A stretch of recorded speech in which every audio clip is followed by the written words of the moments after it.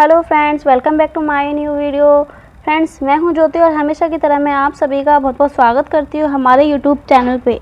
तो फ्रेंड्स, आज की वीडियो में मैं आपको बताने वाली हूं कि एलआईसी की बंद पड़ी पॉलिसी को चालू कैसे करें। यानी कि कई बार क्या होता है कि जो आपकी एलआईसी की अगर कोई पॉलिसी रही होती है तो किसी भी रीज़न से हो सकता है कि आपकी पॉलिसी लैप्स हो गई हो, आपकी पॉलिसी बंद हो गई हो, और अगर आप उस बंद पड़ी पॉलिसी को फिर से अगर चालू करवाना चाहते हैं, यानी कि आप अपनी पॉलिसी को रिवाइव करवाना चाहते हैं, तो किस तरीके से आप अपनी पॉलिसी को रिवाइव कर सकते हैं, यानी कि चालू कर सकते हैं। तो फ्रेंड्स, आज मैं आपको यही बताने वाली हूँ। तो फ्रेंड्स, अगर आप लोग हमारे चैनल पर नए हैं और वीडियो पहली बार देख रहे हैं तो चैनल को जल्दी से सब्सक्राइब ज़रूर कर लीजिए, ताकि ऐसी ही और इंटरेस्टिंग वीडियो आपको पहले मिलती रहे। और फ्रेंड्स, वीडियो पसंद आती है तो वीडियो को लाइक ज़रूर कीजिएगा, एक प्यारा सा कमेंट हमारे लिए ज़रूर कीजिए। सो फ्रेंड्स, चलिए इसी के साथ साथ हमारी वीडियो की स्टार्टिंग करते हैं।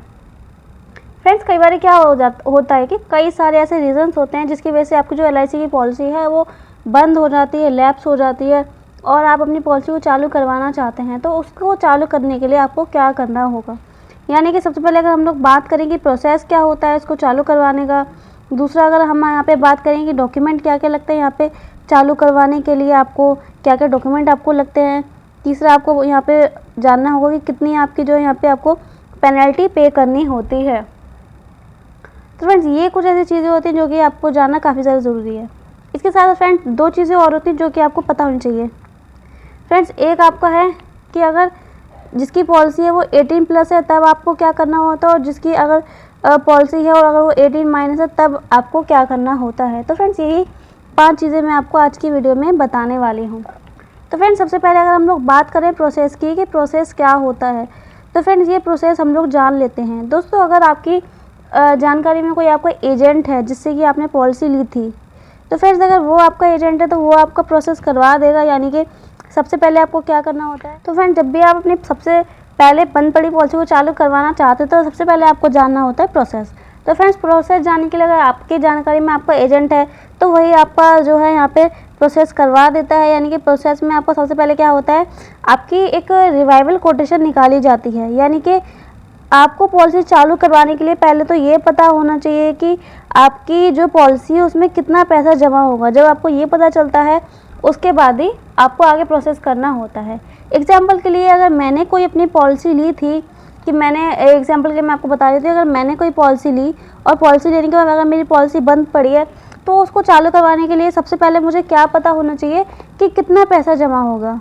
तो फ्रेंड्स, सबसे पहले अगर मुझे ये पता होगा कि कितना पैसा जमा होगा तभी मैं अपनी पॉलिसी को फिर से चालू करवा सकूंगी। इसलिए फ्रेंड्स, सबसे पहला जो प्रोसेस है वही होता है कि रिवाइवल कोटेशन। तो फ्रेंड्स, ये रिवाइवल कोटेशन कहाँ से निकलती है, तो फ्रेंड्स वैसे तो रिवाइवल कोटेशन आपकी किसी भी ब्रांच से निकल जाती है, किसी भी ब्रांच से आप लोग निकलवा सकते हैं। अगर आपका एजेंट टच में है तो ये काफ़ी अच्छी बात है।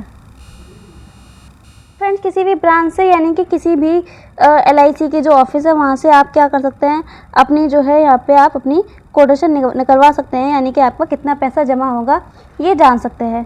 अब फ्रेंड्स, मैं आपको ये भी बता देती हूँ कि जो रिवाइवल कोटेशन होती है वो कितने दिन के लिए यहाँ पे वैलिड होती है। यानी कि जो आपकी कोटेशन है उसके भी कुछ दिन होते हैं। उसके बाद क्या होता है, आपकी जो पॉलिसी है उस पर फिर से जो आपकी पेनल्टी है वो बढ़ जाती है। इसलिए जब भी आप रिवाइवल कोटेशन निकलवाते हैं तो उस पर लिखा होता है कि कितने दिन के लिए वैलिड है।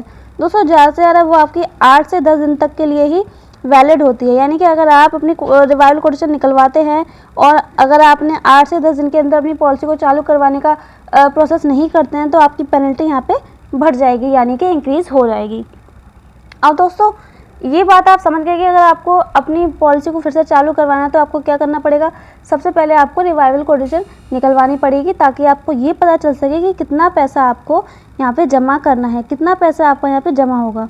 जब फ्रेंड्स आपको ये पता चल जाएगा कि आपका कितना पैसा जमा होता है, उसके बाद दूसरा यहाँ पे जो हमारा जो काम होता है वो होता है डॉक्यूमेंट का। तो फ्रेंड्स, यहाँ पे डॉक्यूमेंट क्या क्या लगने होते हैं ये भी मैं आपको बता देती हूँ। तो फ्रेंड्स, सबसे पहले हम लोग बात करते हैं डॉक्यूमेंट में। सबसे पहले हमारा जो डॉक्यूमेंट है वो आता है आधार कार्ड। दोस्तों, जिसकी भी पॉलिसी है उसका आधार कार्ड तो होता ही है, यानी कि उसका आधार कार्ड यहाँ पे लगेगा। दूसरा फ्रेंड्स, उसका यहाँ पे पैन कार्ड भी लगता है। तीसरा फ्रेंड, यहाँ पे जो लगता है वो हमारा लगता है रिवाइवल फॉर्म। दोस्तों, रिवाइवल फॉर्म के साथ साथ यहाँ पे जो चौथा आपका लगता है दोस्तों, चौथा आपका अगर आप अपनी जो पेमेंट है वो चेक से कर रहे हैं, यानी कि आप कैश ना देके चेक दे रहे हैं, तो यहाँ पे आपका चेक है वो लगता ही लगता है, यानी कि आपको चेक देना होता है भर के। तो फ्रेंड्स ये यहाँ पे आपके डॉक्यूमेंट लगते हैं, Aadhaar card, PAN card, revival form और चेक। इसी के साथ साथ फ्रेंड्स अगर आपकी कोविड का सर्टिफिकेट है तो वो भी आप यहाँ पे दे सकते हैं। तो फ्रेंड्स ये जो मैंने आपको चीज़ें बताई हैं, 4-5 चीज़ें, ये हैं 18+ के लोगों के लिए, यानी कि जिसकी पॉलिसी है अगर वो 18 से ऊपर का है तो उसके लिए ये डॉक्यूमेंट लगेंगे।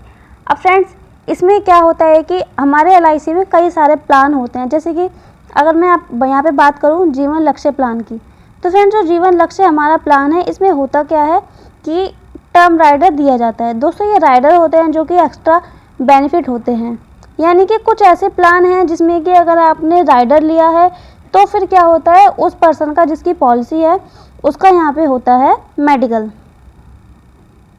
तो फ्रेंड्स ये मेडिकल होता है, या फिर अगर उसकी एज जो है 40+ है या फिर 50+ अगर उसकी एज है तो भी उसका यहाँ पे क्या होता है, उसका मेडिकल होता है, यानी कि जो व्यक्ति है वो शारीरिक रूप से स्वस्थ है या फिर नहीं।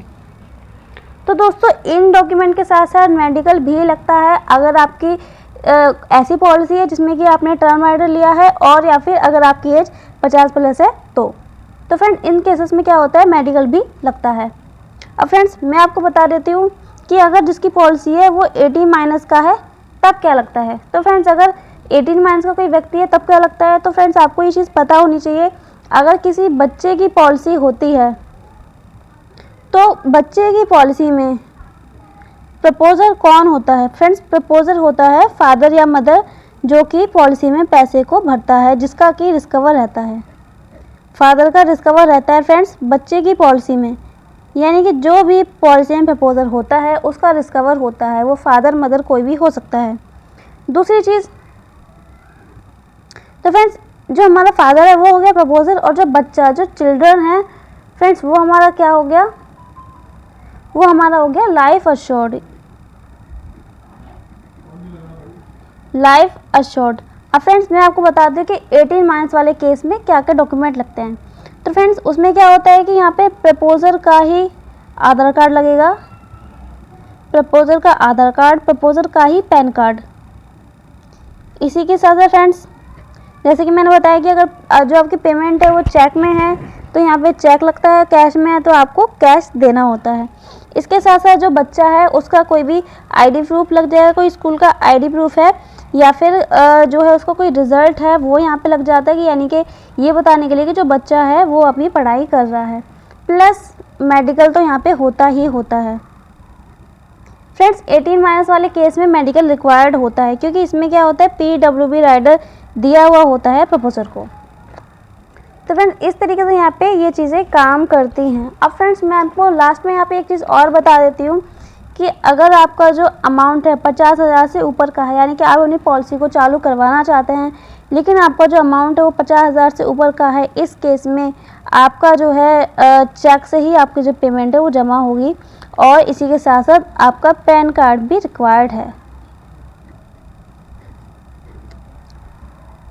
तो फ्रेंड्स ये होती है कुछ हमारी इंपॉर्टेंट डिटेल्स। फ्रेंड्स इसी के साथ साथ मैं आपको एक और इम्पॉर्टेंट चीज़ बताना चाहूँगी, मोस्ट इम्पॉर्टेंट चीज़ है ये हमारी, जो कि हमारी वीडियो की सबसे इंटरेस्टिंग चीज़ होने वाली है।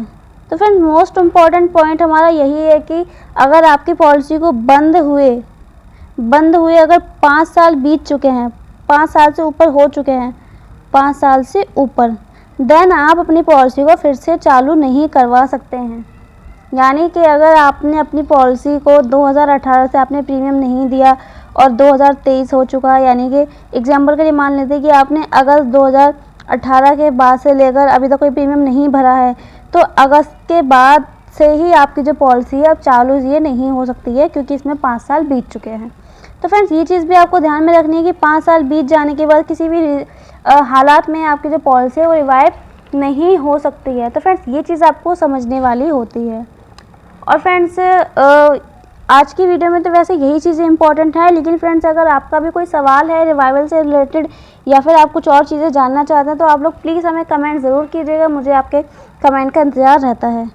तो फ्रेंड्स आज की वीडियो में बस इतना ही। मिलते हैं नेक्स्ट वीडियो में ऐसे ही और इंटरेस्टिंग जानकारी के साथ। तो फ्रेंड्स चलते हैं। इसी के साथ साथ आप लोग अपना ध्यान रखिए, अपनी फैमिली का ध्यान रखिए, खुश रहिए। Bye friends.